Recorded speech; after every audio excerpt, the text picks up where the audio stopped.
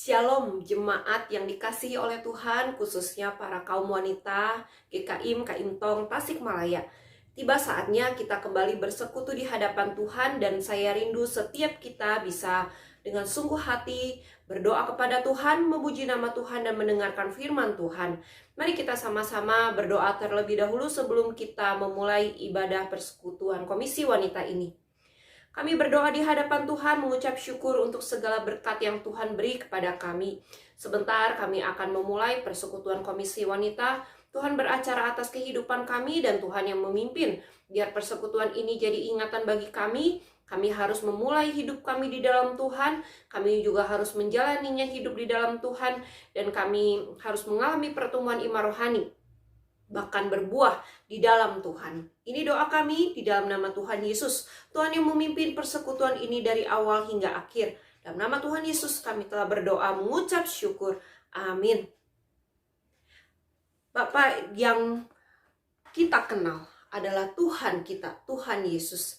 Kita rindu bahwa kasih Allah itu selalu terbukti di dalam kehidupan kita. Dan kita rindu untuk menyadari dan merasakan bahwa kasih itu nyata setiap hari, selalu baru bagi kehidupan kita.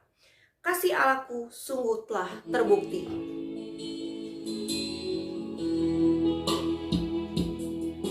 Kasih Allahku sungguh telah terbukti ketika Dia serahkan anaknya. Kasih Allah mau berkorban bagi kau dan aku. Tak ada kasih seperti kasih-Mu. Kasih Allahku sungguh telah terbukti ketika Dia serahkan anaknya. Kasih Allah telah berkorban bagi kau dan aku. Tak ada kasih seperti kasih-Mu. Bersyukur, bersyukur, bersyukurlah, bersyukur karena kasih setia-Mu. Ku sembah, ku sembah, ku sembah dan ku sembah. Selama hidupku ku sembah Kau Tuhan. Kasih Allahku sungguh telah terbukti di dalam kehidupan kita, khususnya di dalam masa-masa pandemi. Dan biar kita tetap percaya hanya kepada Tuhan.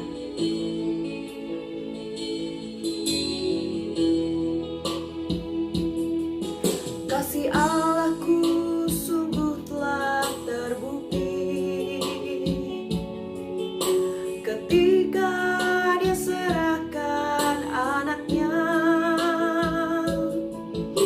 Kasih Allah mau berkorban bagi kau dan aku. Tak ada kasih seperti kasih-Mu.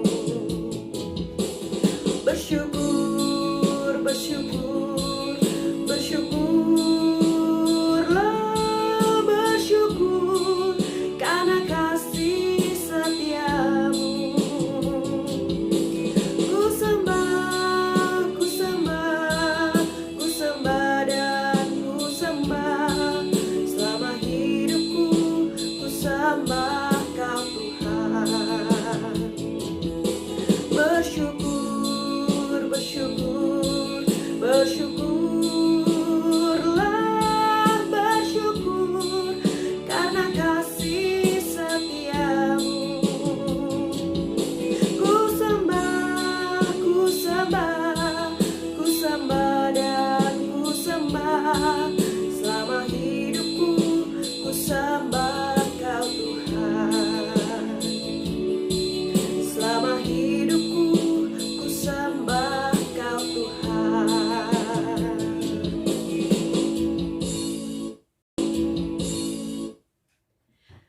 yang dikasih Tuhan, mari kita sama-sama berdoa di hadapan Tuhan. Terlebih dahulu kita doakan untuk beberapa pokok doa.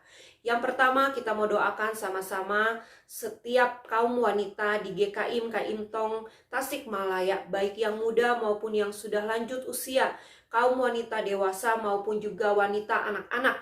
Kita rindu biar Tuhan tetap menjaga, Tuhan yang memelihara kaum wanita yang ada di GKIM Tasikmalaya ini.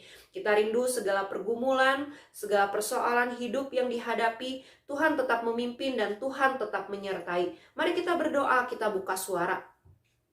Kami mengingat ya Tuhan segala pergumulan yang dihadapi oleh kaum wanita di GKIM Kaimtong Tasikmalaya, mulai dari yang termuda, anak-anak hingga dewasa bahkan lansia.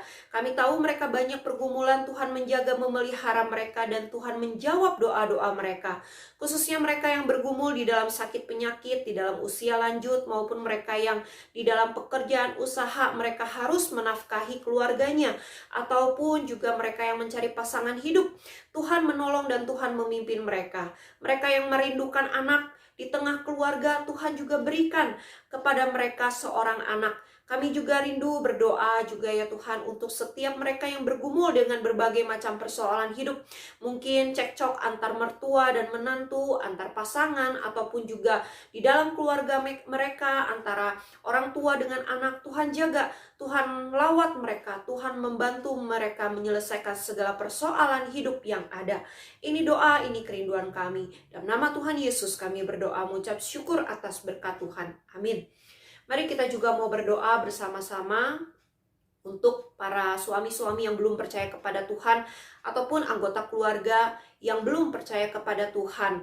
Kita tahu mungkin ada jemaat yang datang ke gereja, mereka rindu mendoakan untuk keluarga mereka masing-masing yang belum percaya kepada Tuhan, ataupun di antara keluarga kita ada yang belum percaya kepada Tuhan, khususnya pasangan kita, anak-anak kita atau menantu kita, bahkan cucu-cucu kita. Kita doakan biar Tuhan yang membukakan jalan agar mereka mengenal Tuhan dan percaya kepada Tuhan. Kita berdoa, kita buka suara. Bapa di dalam surga, kami mau berdoa menyerahkan juga ya Tuhan untuk setiap jemaat-jemaat kami di tempat ini, di mana mereka memiliki pasangan yang tidak seiman, anak-anak yang belum percaya kepada Tuhan, menantu-menantu yang belum percaya kepada Tuhan, bahkan cucu-cucu mereka pun belum percaya kepada Tuhan. Kami rindu Tuhan menjamah iman rohani mereka agar mereka memiliki iman yang percaya kepada Tuhan, mereka mengenal Tuhan. Kami rindu Tuhan Engkau menolong mereka ya Tuhan satu persatu, biar firman Tuhan dapat dikabarkan bagi setiap mereka, sehingga mereka mau mengenal Tuhan, hidup percaya kepada Tuhan. Ini doa, ini kerinduan kami. Dalam nama Tuhan Yesus kami berdoa mengucap syukur. Amin. Yang ketiga, kita tidak lupa juga terus mendoakan untuk gereja kita di dalam segala ibadah, kegiatan, baik secara offline, secara online, persekutuan-persekutuan online, ataupun kegiatan-kegiatan pembinaan lainnya. Kita doakan biar semua berjalan dengan baik. Kita juga rindu biarlah nanti di bulan selanjutnya akhirnya para persekutuan bisa dibuka, setiap persekutuan komisi bisa mulai dibuka, dan kita rindu biarlah masa-masa pandemi ini segera berlalu. Kita berdoa, kita buka suara untuk gereja kita. Bapa di dalam surga, kami mengingat gereja kami yang kami kasihi ini. Tuhan tolong jaga, Tuhan tolong lawat gereja kami ini. Kami rindu biarlah melalui ibadah maupun persekutuan komisi-komisi yang ada secara online maupun offline, biar semua bisa berjalan dengan baik. Kami rindu Tuhan di mana kami mulai membenahi kembali, menata ulang kembali persekutuan-persekutuan ataupun ibadah-ibadah yang ada. Karena masa-masa pandemi ini membuat kami terbatas untuk datang ke gereja. Maka Tuhan tolong pimpin gereja ini agar tetap dijaga oleh Tuhan, dilindungi oleh Tuhan. Kami percaya ya Tuhan ada kebangunan rohani di dalam gereja ini melalui setiap persekutuan yang ada, melalui setiap ibadah yang ada. Tuhan menolong, Tuhan memimpin, dan Tuhan menyertai gereja ini. Pergumulan gereja ini Tuhan jawab, baik sarana prasarana yang diperlukan, dana yang diperlukan, SDM yang rindu melayani Tuhan, yang rindu hidup di dalam Tuhan, mengalami pertumbuhan iman di dalam Tuhan, dan penginjilan yang terus dilakukan melalui gereja ini. Tuhan yang tolong, Tuhan yang pimpin. Dalam nama Tuhan Yesus kami telah berdoa. Amin.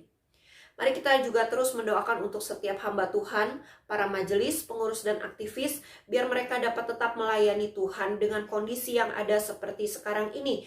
Dan sebentar lagi kita juga akan masuk di dalam momen Natal. Kita doakan biar setiap hamba Tuhan maupun majelis, bahkan pengurus dan aktivis dapat mempersiapkannya dengan baik, dengan sungguh-sungguh, sehingga Natal kalaupun harus dilakukan secara online, biar Tuhan tetap yang memimpin. Kalaupun Natal bisa dilakukan secara offline, Tuhan juga yang mempersiapkannya. Kita berdoa, kita buka suara untuk perencanaan-perencanaan ke depan, bahkan pergumulan-pergumulan dari setiap hamba Tuhan, majelis, dan juga para pengurus maupun aktivis. Kita berdoa. Kami mau berdoa menyerahkan ya Tuhan untuk segala pergumulan dari para hamba Tuhan, para majelis, para pengurus, para aktivis. Kami rindu ya Tuhan, di dalam masa-masa pandemi ini kami bisa tetap eksis mengabarkan firman. Kami bisa tetap melayani Tuhan dengan hati yang setia, dengan kesungguhan dan semangat yang tidak pudar untuk melayani Engkau, khususnya di dalam pengabaran firman Tuhan. Kami juga rindu mendoakan ya Tuhan untuk persiapan momen Natal, baik sekolah minggu maupun juga untuk umum. Kami rindu Tuhan memberkati segala persiapannya. Christmas Carol juga yang akan berlangsung, Tuhan yang tolong pimpin, Tuhan yang tolong sertai. Kami percaya ada penyertaan Tuhan, ada bimbingan dan pimpinan dari Tuhan, sehingga setiap kegiatan acara dapat berjalan dengan baik, berjalan dengan lancar. Berkati segala persiapannya, baik secara kalaupun nanti ibadah harus berjalan secara offline ataupun online, Tuhan yang menolong, Tuhan yang mempersiapkan, Tuhan yang memberi kami hikmat bijaksana. Dalam nama Tuhan Yesus kami berdoa, amin. Kita juga tidak lupa mendoakan untuk bangsa negara kita Indonesia. Di dalam segala pergumulan yang dihadapi, biar Tuhan yang menjawab. Khususnya kita doakan kota Tasikmalaya ini, biar Tuhan juga yang menolong, Tuhan yang menjawab setiap pergumulan yang ada. Kita berdoa, kita buka suara. Kami mau berdoa menyerahkan ya Tuhan untuk bangsa negara kami Indonesia di tengah masa-masa pandemi ini. Tuhan beracara atas bangsa negara kami, dan biar bangsa negara kami ini bertumbuh di dalam Tuhan, mengasihi Tuhan, percaya kepada Tuhan, beriman kepada Tuhan. Tuhan menguasai dan Tuhan mengasihi bangsa negara kami Indonesia. Khususnya kota Tasik ini juga Tuhan jaga, Tuhan pelihara, Tuhan lindungi, Tuhan lawat, sehingga kota Tasik ini tetap Tuhan jaga stabilitas di dalam masalah ekonomi, sosial, politik, maupun hal lainnya. Antar agama, antar ras, Tuhan juga tetap jaga keamanannya. Ini doa kerinduan kami. Beri juga kami hati yang menyadari bagaimana kami harus menjaga kesehatan jasmani kami maupun rohani kami di kota Tasikmalaya ini. Dalam nama Tuhan Yesus, sebentar kami juga akan mendengar firman Tuhan. Kiranya Tuhan berbicara kepada kami, sehingga kami dapat membawa bekal firman ini di dalam kehidupan kami sehari-hari. Dalam nama Tuhan Yesus kami berdoa, amin. Jemaat yang dikasih Tuhan, mari kita akan sama-sama mendengarkan firman Tuhan. Hari ini firman Tuhan akan diambil di dalam Mazmur 10 ayat yang ke-18 hingga ayat yang ke-21. Mazmur 10 ayat yang ke-18 hingga ayat yang ke-21. Saya akan bacakan bagi setiap kita sekalian. Siapa menyembunyikan kebencian, dusta bibirnya. Siapa mengumpat adalah orang bebal. Di dalam banyak bicara pasti ada pelanggaran, tetapi siapa yang menahan bibirnya berakal budi. Lidah orang benar seperti perak pilihan, tetapi pikiran orang fasik sedikit nilainya. Bibir orang benar menggembalakan banyak orang, tetapi orang bodoh mati karena kurang akal budi. Jemaat yang dikasih Tuhan, pernahkah kita mendengar tentang peribahasa tong kosong nyaring bunyinya? Tentu sering, bukan? Apalagi waktu kita bersekolah, kita tentu mempelajari tentang peribahasa ini. Apa maksudnya? Terlalu banyak bicara, otaknya kosong. Orang yang banyak bicara belum tentu orang itu benar-benar sudah memahami atau mengerti tentang suatu hal dengan baik dan dengan benar. Nah, saudara, itu yang terjadi dan kenyataannya memang seperti itu. Nah, saudara, sekali waktu teman saya bersekolah bersama dengan saya, dia banyak sekali bercerita hal ini, hal itu. Lalu waktu guru menerangkan, dia mengatakan, ya saya sudah mengerti, ya saya sudah tahu.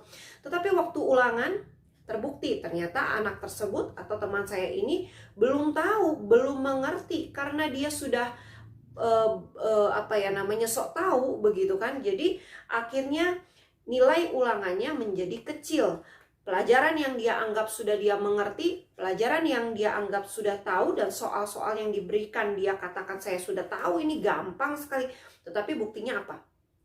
Ternyata tidak bisa dikerjakan, bukan, dan hasilnya nihil. Akhirnya dia menyesal. Kenapa? Karena untuk apa banyak bicara saya tahu, saya mengerti, sedangkan isi pikirannya, isi otaknya itu kosong.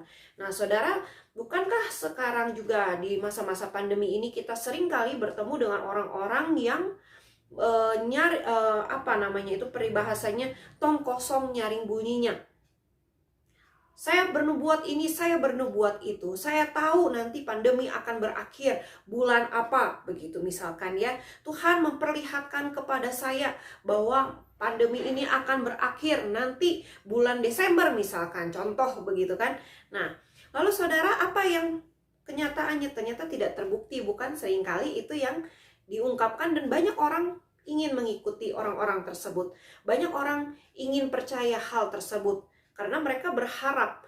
Tetapi apa yang mereka harapkan ternyata harapan-harapan yang kosong, harapan-harapan yang palsu, karena perkataan-perkataan mereka kosong dan perkataan-perkataan mereka palsu. Apalagi banyak juga orang yang memakai nama Tuhan. Tuhan memberi saya penglihatan, Tuhan memberi saya nubuatan, hal ini dan hal itu. Saudara, belum tentu itu adalah benar. Kita harus kaji, kita harus cari tahu dulu apakah benar-benar memang itu dari Tuhan atau bukan. Karena banyak orang-orang sekarang ingin terlihat, kelihatannya keren, kelihatannya pintar, kelihatannya banyak tahu, kelihatannya Tuhan pakai orang tersebut sampai sedemikian rupa. Padahal saudara, hati-hati. Banyak orang-orang yang mungkin pintar berbicara, banyak orang-orang yang mungkin pintar merayu. Akhirnya orang yang dirayu terayu, terbawa dengan omong kosong yang ada. Saudara, itu adalah dosa, bukan? Saudara, bukankah itu adalah hal yang di mata Tuhan sebagai kekejian? Karena itu adalah dosa dan Tuhan tidak akan kompromi itu. Sekalipun orang tersebut pintar dalam berbicara, pintar dalam mengambil hati seseorang melalui mulutnya, tetapi kalau hal itu adalah palsu, tidak sesuai dengan firman Tuhan, Tuhan akan menghukum orang tersebut dengan konsekuensi yang siap-siap harus diterimanya. Nah, saudara, lalu hari ini bagaimana dengan setiap kita sekalian? Bagaimana cara kita menjaga mulut kita, lidah kita selama ini? Saudara, tema hari ini adalah bijak dalam berbicara, bijak dalam menggunakan lidah yang Tuhan berikan kepada kita. Saudara, kita perlu tahu dulu fungsi lidah itu untuk apa. Saudara, kita diberi oleh Tuhan itu lidah. Lidah itu ada di dalam mulut. Untuk apa? Untuk digunakan mengecap rasa, mengecap makanan. Maka saudara mau makan ini, mau makan itu. Saudara tahu makanan ini enak, makanan ini tidak enak. Tahu makanan ini hambar, tahu makanan ini pedas ataupun asin, asam ataupun sebagainya. Nah, saudara, itu semua dari mana? Ya, itu semua dari lidah, bukan? Karena kita diciptakan Tuhan dan diberi lidah untuk mengecap. Lalu selanjutnya kita fungsi lidah adalah untuk berbicara dengan jelas. Saudara, saya punya seorang teman, nah tetapi beberapa tahun lalu dia meninggal dunia karena mengalami kanker lidah. Saudara, teman saya ini, saya kenal dia dari masa SMP sampai masa-masa SMA, kuliah, kita masih bersahabat dekat. Nah, saudara yang dikasih Tuhan, waktu dia mengalami kanker lidah, awal-awalnya dia masih pertahankan lidahnya, tetapi semakin lama kanker itu semakin menggerogotinya, akhirnya lidahnya sedikit demi sedikit harus dipotong, dan itu mengerikan sekali. Waktu saya terakhir bertemu dengan dia, dalam kondisi yang masih fisiknya sepertinya baik, sepertinya sehat karena masih berdagang. Nah, lalu saya ngobrol dengan dia, ternyata apa yang terjadi? Banyak bahasa yang akhirnya tidak jelas, yang tidak bisa dimengerti. Kenapa? Karena lidahnya sudah dipotong untuk menghilangkan kanker tersebut. Tetapi sayangnya memang itu bukan solusi yang terbaik. Akhirnya tidak lama dia juga meninggal dunia. Nah, saudaraku yang dikasih Tuhan, maka fungsi Tuhan menciptakan lidah di dalam mulut kita bukan hanya untuk makan semua kita makan, tidak, tetapi untuk berbicara dengan jelas. Itu fungsi lidah. Saudara, lidah itu tidak besar ya seperti tangan, kaki kita, badan kita, tetapi lidah yang kecil ini berfungsi untuk sesuatu yang penting di dalam mengecap rasa maupun juga di dalam berbicara dengan jelas. Nah, saudara, tetapi bagaimana lidah juga bisa berdosa? Nah, saudara, bukan benda lidah itu yang berdosa, tetapi kita sendiri yang berdosa karena karena kita tidak menggunakan lidah dengan baik. Saudara, kita lihat di dalam firman Tuhan ini. Saudara, seorang yang membenci, menyembunyikan kebenciannya, maka dia akan berdusta bibir. Artinya apa? Saudara tidak suka dengan orang tersebut, tapi di hadapan orang tersebut saudara munafik. Saudara berkata, tidak kok, saya suka dengan orang tersebut, saya baik-baik saja dengan dia. Padahal belum tentu baik-baik saja. Maka mulut itu berdusta bibir. Bisa saja juga begini, waktu saudara tidak suka orang tersebut, akhirnya saudara menggosipkan orang tersebut. Bukankah itu dosa bibir? Bukankah itu disebut sebagai dusta bibir? Saudara mengatakan hal yang salah, hal yang tidak benar, agar orang lain membenci orang yang kita benci juga. Akhirnya dusta bibir itu diucapkan. Saudara jangan pikir gosip itu baik. Di hadapan Tuhan gosip itu salah dan berdosa. Semakin digosok semakin sip. Kenapa? Karena setiap orang senang sekali mendengar hal-hal yang negatif, hal-hal yang menjatuhkan orang lain. Nah, saudara, itu yang sering kali terjadi di dalam kehidupan dunia ini. Sayangnya itu juga terjadi di dalam kehidupan orang percaya, khususnya kaum wanita, karena kita berbicara lebih banyak dibandingkan dengan kaum pria. Maka untuk hal bergosip itu biasanya kaum wanita duluan, begitu ya. Tapi tidak jarang juga sekarang kaum pria mulai ikut-ikutan bergosip. Kalau ada gosip pasti ikut mendengar, pasti suka. Nah itu saudara, itu yang terjadi. Tapi hati-hati, ini merupakan suatu dosa, namanya dosa lidah. Nah, saudara, lalu kita melihat bagaimana ciri khas orang bebal. Dosa selanjutnya, saudara ya. Nah, orang bebal, orang yang tidak bisa diatur, tidak bisa diberitahu. Sudah diberitahu yang benar, menolak. Sudah dikasih tahu yang benar, menolak. Sudah ditegur juga tetap menolak. Itu orang bebal. Dikatakan tidak boleh lakukan ini karena ini salah, ini berdosa, tetap saja dilakukan. Nah, itu orang bebal, saudara. Nah, saudara, apa yang dilakukan orang bebal? Biasanya mereka mengumpat.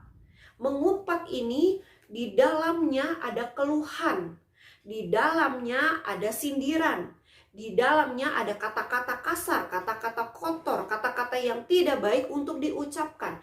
Nah, saudara, itu artinya mengumpat, membicarakan orang lain, atau kalau anak kecil ya disuruh atau mungkin dikatakan tidak boleh main api, tetapi anak tersebut pengen main api, sudah ditahan tetap pengen main api. Lalu si orang tua marah, kamu kan sudah dibilang tidak boleh main api. Lalu anak ini mengumpat. Mengumpat itu ngomong gitu, si mama mana ngerti sih urusan kayak gini. Saya pada pengen coba main api, itu kan asik seru. Nah misal ya begitu kan. Nah saudara, itu namanya mengumpat. Mama kuno lah begitu kan. Nah itu saudara mungkin kita sering kali temukan kepada anak kita ataupun anak-anak remaja kita. Nah tetapi saudara, tidak sedikit kaum wanita juga melakukan hal ini. Nah saudara, hati-hati, jangan-jangan kita disebut sebagai orang yang bebal. Karena sudah diberitahu malah kita melawan. Nah itu mengumpat. Sudah diberitahu kita mengeluh, tidak mengerti lah, Tuhan mana tahu sih begitu ya. Ini mah urusan saya atau bagaimana. Nah saudara, itu disebut sebagai orang bebal. Lalu selanjutnya kita melihat lagi, seorang yang banyak bicara pasti banyak melakukan pelanggaran. Ini juga merupakan dosa lidah. Saudara, banyak berbicara belum tentu baik, belum tentu benar. Waktunya saudara disuruh bicara, ya bicara. Saudara waktu disuruh diam, ya diam. Tetapi seringkali orang-orang zaman sekarang lebih senang berbicara daripada mendengarkan, bukan? Lebih senang didengarkan daripada mendengarkan. Akhirnya banyak berkata-kata, banyak mengungkapkan berbagai macam persoalan, berbagai macam omongan, terus diungkapkan. Padahal itu banyak pelanggaran yang dilakukan. Semakin banyak berbicara, semakin banyak dosa lidah diungkapkan, dikeluarkan. Nah saudara, inilah yang terjadi. Ini adalah dosa. Lalu dosa apa lagi? Dosa lidah. Saudara, ada orang-orang fasik. Pikiran orang-orang fasik itu memiliki sedikit nilai. Saudara, nilai apa? Saudara, apa yang dipikirkan seringkali kalau orang fasik ini ya, orang fasik artinya orang yang tidak mau hidup di dalam Tuhan, orang yang tidak mau mengenal Tuhan, dan Kita tidak tahu apakah orang Kristen masih ada orang fasik. Tentu masih ada, di sekitar orang Kristen masih ada orang fasik. Lalu mereka berpikiran sempit, mereka tidak mau terbuka, mereka tidak mau baca firman, mereka tidak mau belajar firman Tuhan dengan baik dan setia. Sehingga pikirannya sempit. Lalu apa yang diucapkan juga ucapan-ucapan palsu, ucapan-ucapan yang sempit isinya, ucapan-ucapan yang tidak benar. Kenapa? Karena pikirannya sempit. Dikatakan sekarang sudah ada kemajuan. Saudara, kemajuan bukan cuma kemajuan teknologi saja, kemajuan gadget saja yang kita punya, HP yang terbaru mungkin, atau komputer yang terbaru, TV yang terbaru. Tidak, saudara, tetapi firman Tuhan setiap hari selalu baru. Tapi seseorang yang fasik, artinya mereka tidak mau menerima firman Tuhan, maka orang tersebut juga memiliki pikiran yang sempit. Maka apa yang diucapkan, apa yang dikeluarkan, ya hanya ada yang di pikiran itu. Bisa sesuai dengan firman Tuhan? Belum tentu. Kebanyakan pemikiran orang fasik tentu tidak sesuai dengan firman Tuhan, karena mereka menolak firman Tuhan. Maka bagi mereka, misalkan, tidak apa-apalah saya berusaha, bekerja, saya bohong-bohong sedikit boleh. Padahal firman Tuhan sudah katakan, tidak boleh, begitu kan? Bukankah itu orang fasik, pikirannya sempit? Bukankah orang fasik punya sedikit nilainya? Nilai apa, saudara? Nilai keberhargaan ucapan di mata Tuhan. Saudara, ini penting sekali. Waktu kita berkata-kata, adakah nilai yang kita ungkapkan di hadapan Tuhan? Dan Tuhan lihat, oh iya ini benar, ini orang percaya, ini ciri khasnya begini, baik sekali, bagus sekali. Nah lalu selanjutnya saudara, dosa apa lagi? Dosa lidah. Dosa lidah itu kalau kita lihat dari orang bodoh, tadi saudara kita lihat ya, orang bebal, orang fasik, sekarang orang bodoh. Saudara, orang bodoh mati karena kurang akal. Nah, saudara, orang bodoh ini sudah diberitahu masih ngeyel, sudah diberitahu lupa lagi, sudah diingatkan lupa lagi, sudah diajarkan lupa lagi, tidak mau belajar, tidak mau berusaha, malas dan bodoh. Beda-beda tipis. Nah saudara, orang malas nanti menjadi bodoh karena dia tidak pernah mau berusaha, dia tidak pernah mau belajar, dia tidak pernah mau menimba ilmu atau menimba imannya di dalam Tuhan. Maka saudara, dia akan mati karena kurang akal budi. Kenapa? Saudara tahu di dalam mengambil keputusan kita perlu akal budi. Kita perlu gunakan itu semua agar apa? Agar kita tidak salah melangkah, agar kita tidak salah melakukan perbuatan-perbuatan, keputusan-keputusan yang kita harus ambil, yang kita harus angkat. Nah, saudaraku yang dikasih oleh Tuhan, itulah yang terjadi. Mati karena kurang akal budi. Mati di sini artinya ya tidak ada isinya. Perkataannya kosong, tak ada isinya. Maka dia pun akhirnya mati karena kurang akal budi. Tidak dianggap oleh orang lain karena isinya memang tidak ada apa-apa. Isi ucapannya tidak berguna, tidak penting, tidak bisa kami ikuti. Nah itu yang terjadi ya. Nah inilah orang bodoh. Nah saudara, ini disebut sebagai dosa-dosa lidah. Tetapi saudara, kita belajar hari ini, apa ciri khas lidah orang percaya? Jadi ada ciri khas lidah orang percaya. Yang pertama adalah menahan bibir. Saudara, waktu kita menahan bibir kita, artinya menjaga ucapan kita, tidak sembarangan berkata-kata, baik waktu emosi, waktu marah, waktu kecewa, waktu benci seseorang, atau mungkin benci tidak boleh ya saudara ya, tetapi mungkin waktu kita emosi dengan orang, lalu kita menahan bibir kita untuk tidak mengungkapkan amarah, ataupun kata-kata kasar, kata-kata kotor, ataupun caci makian, ataupun gosip-gosip yang lain. Nah saudara, maka Tuhan akan beri kita akal budi. Orang yang menahan bibirnya, dia berakal budi. Artinya apa? Dia memperoleh suatu hikmat dari Tuhan, bijaksana dari Tuhan di dalam menahan bibirnya. Saudara, ini perlu dilatih. Tidak sekali, dua kali dan instan, tidak bisa. Tetapi perlu dilatih dan minta Tuhan tolong kita untuk melatihnya. Nah saudara, ini penting sekali. Karena banyak orang yang belum percaya kepada Tuhan, mereka tidak mau percaya Tuhan. Kenapa? Karena lidah orang percaya, orang Kristen seringkali tidak berakal budi. Orang Kristen seperti orang bodoh, mengatakan hal-hal palsu, hal-hal yang tidak baik, hal-hal yang kasar. Nah itu yang terjadi. Tetapi saudara, firman Tuhan katakan tahan bibir, maka engkau disebut sebagai orang yang berakal budi. Lalu yang kedua, saudara bisa perhatikan, lidah orang benar. Nah, ini ciri lidah orang benar, seperti perak pilihan. Saudara, perak dengan emas itu mirip, tetapi emas memang kadarnya lebih tinggi ya. Nilainya jauh lebih tinggi daripada perak.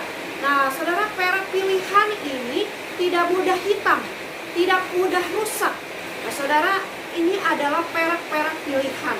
Nah, saudara, orang yang benar menjaga lidahnya, menjaga setiap ucapannya agar apa? Agar seperti perak pilihan. Artinya apa yang diucapkan tidak sembarangan. Mereka pilih mana yang baik mereka untuk ucapkan, mana yang baik untuk mereka katakan. Apa yang menjadi berkat bagi orang lain, itu yang mereka katakan. Sehingga waktu orang melihat, oh iya benar, ini orang percaya. Ciri khas orang percaya itu baik. Ciri khas orang percaya itu mengucapkan hal-hal yang benar, hal-hal yang membangkitkan seseorang, yang mendekatkan diri seseorang kepada Tuhan, yang memperkenalkan diri seseorang kepada Tuhan. Nah, saudara, itu perak pilihan dan Tuhan mengakui itu semua. Tuhan menyebutkan sendiri bahwa ini menjadi perak pilihan dan ini baik sekali, bukan? Poin yang ketiga, kita bisa lihat bahwa bibir orang benar menggembalakan banyak orang. Saudara, menjadi seseorang yang percaya kepada Tuhan, mengembalakan seseorang untuk mengenal Tuhan, untuk menjadi pengabar-pengabar firman. Saudaraku yang dikasihi oleh Tuhan, bukan pekerjaan hamba Tuhan saja, penginjil, pendeta, tetapi ini pekerjaan kita semua. Maka kita harus menjaga bibir kita, kita harus menjaga ucapan kita, sehingga kita bisa menggembalakan banyak orang, membawa mereka kepada jalan yang benar, memperkenalkan siapa Tuhan, membawa mereka kepada jalan keselamatan. Saudara, bukankah itu tujuan hidup yang Tuhan berikan kepada kita? Bukankah itu yang Tuhan beritakan kepada kita sebelum dia naik ke surga?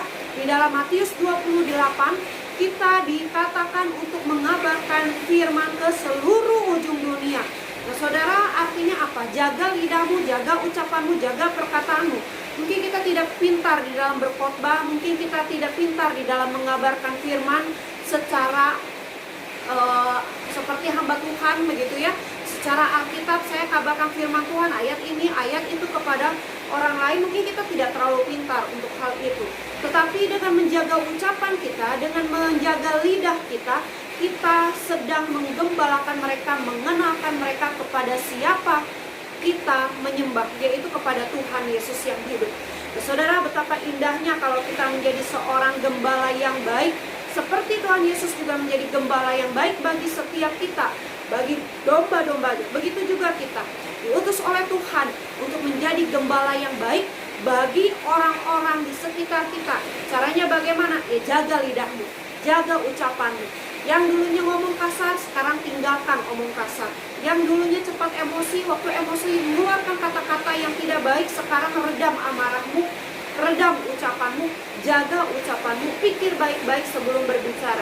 Yang dulunya kalau berbicara seringkali menyakiti hati seseorang, sekarang redam ucapanmu itu agar tidak menyakiti hati seseorang. Nah, saudara, ini penting sekali ya. Maka aplikasi bagi kita pada hari ini, mari minta pertolongan dari Tuhan untuk menjaga lidah kita dalam berkata-kata, agar mulut kita dijaga, diajar, diarahkan oleh Tuhan untuk menjadi berkat bagi sesama manusia. Saudara, biar kita menjadi kaum wanita seperti Ibu Kartini. Saudara, kalau Ibu Kartini melalui ucapannya dia mengajar, dia membimbing seseorang yang belum bisa membaca, akhirnya bisa membaca. Seseorang wanita yang dulunya hanya di dapur sekarang bisa eksis, bekerja, berusaha, bisa menyuarakan opini mereka begitu ya. Nah, saudara, itu orang yang belum percaya kepada Tuhan bisa seperti itu. Apalagi kita yang sudah dipimpin oleh Tuhan, diberkati dan dibimbing oleh Tuhan. Lebih lagi kita harus menjaga segala ucapan kita, menjaga bibir kita, mulut kita untuk memuliakan Dia, sehingga banyak orang mengenal siapa Tuhan dan menyembah Tuhan. Mari kita berdoa. Kami berdoa mengucap syukur untuk segala firman yang sudah dibagikan. Ajar kami untuk menjaga lidah kami, arahkan lidah kami sehingga lidah kami menjadi bijaksana. Hati pikiran kami khususnya ya Tuhan, ajar kami lebih dulu untuk bijaksana dan berhikmat, sehingga apa yang keluar dari mulut kami adalah mulut yang baik, ucapan-ucapan yang baik, ucapan-ucapan yang benar dan membawa orang-orang mengenal Tuhan. Tolong kami semua ya Tuhan. Dan kami akan kembali melakukan segala aktivitas kami. Tuhan tolong pimpin kami. Dalam nama Tuhan Yesus kami berdoa. Amin. Demikian persekutuan Komisi Wanita pada hari ini. Saya rindu setiap kita bisa tetap setia datang di hadirat Tuhan setiap hari Kamis, bersekutu di hadapan Tuhan. Saudara, sekalipun kita ada di dalam rumah, tetapi kita tetap bersekutu kepada Tuhan. Saudara ingat, persekutuan ini penting, tidak terikat dengan tempat. Saudara waktu berdoa kepada Tuhan saja, saudara tidak terikat dengan tempat, bukan? Maka saudara, begitu juga pada masa pandemi ini, kita harus semakin giat bersekutu kepada Tuhan. Jangan tinggalkan firman Tuhan. Jangan melupakan akan firman Tuhan. Sebab kasih Tuhan setiap hari juga nyata dalam hidup kita. Maka seharusnya hidup kita mencerminkan firman Tuhan. Kiranya Tuhan memberkati kita sekalian. Dan tetap, saudara, pesan saya adalah menjaga kesehatan dengan mengikuti segala protokol kesehatan dari pemerintah secara jasmani. Dan yang kedua, jaga kesehatan iman rohani saudara. Bagaimana caranya? Hanya saudara dan Tuhan yang tahu bagaimana caranya. Saudara dapat berhubungan dekat dengan Tuhan. Doa saat teduh, saudara, ini penting, harus terus dilakukan setiap hari, khususnya di masa-masa pandemi ini. Saudara jangan pernah tinggalkan Tuhan, tetapi saudara semakin dekat dengan Tuhan, sehingga saudara bisa merasakan kasih Tuhan dalam hidup saudara. Dan saudara juga bisa jadi berkat, menjadi saluran berkat bagi banyak orang. Kiranya Tuhan memberkati kita sekalian.